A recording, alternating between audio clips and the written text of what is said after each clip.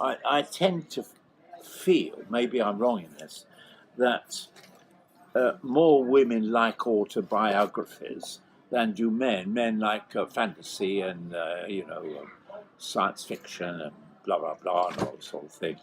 Sex books, of course, but some women do, of course, so we'll get on to that in a minute. But meanwhile, this little book, ladies and gentlemen, I wrote quite a few years ago,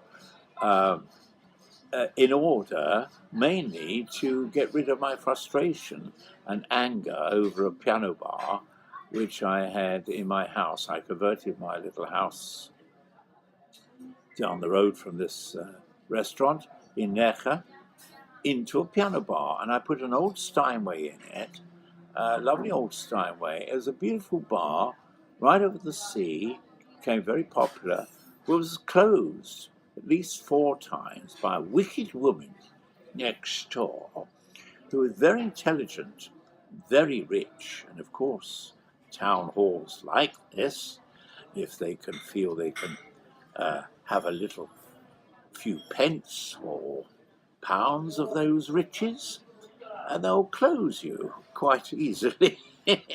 That's what happened. Anyway, most countries, in different ways, of course, are corrupt. And this one included. And I love living here because the people themselves are lovely. When they have a pen in their hand, or a gun, or a badge, then you watch out. But otherwise, lovely, lovely people. So I'm very happy still to live here as an old man. But anyway, some years ago, I wrote and published this book, My Steinway Blues. So I think those of you with imagination, or even without imagination, so I don't leave too much out, I leave some. You can see the travel of a musician, from choir boys' days, like through Oxford and then out and playing for jazz singers and then playing pop stuff and studio sessions and grotty gigs and pub gigs and so on. Then coming out to Spain and surviving the recession and all the rest of it. Ups and downs of life.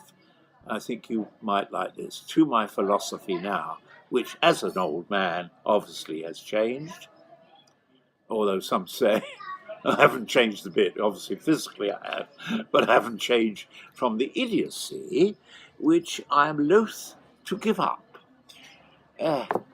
Cheers.